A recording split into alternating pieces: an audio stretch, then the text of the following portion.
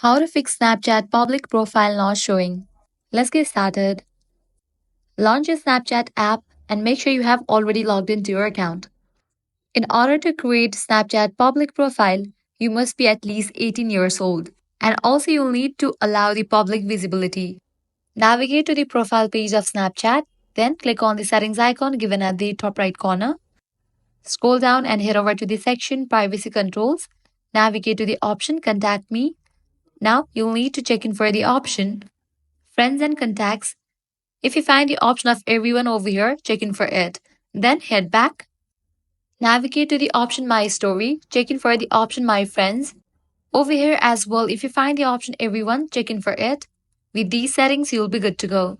Next up, what you want to do is head over to your App Store or Play Store and then search for the app Snapchat.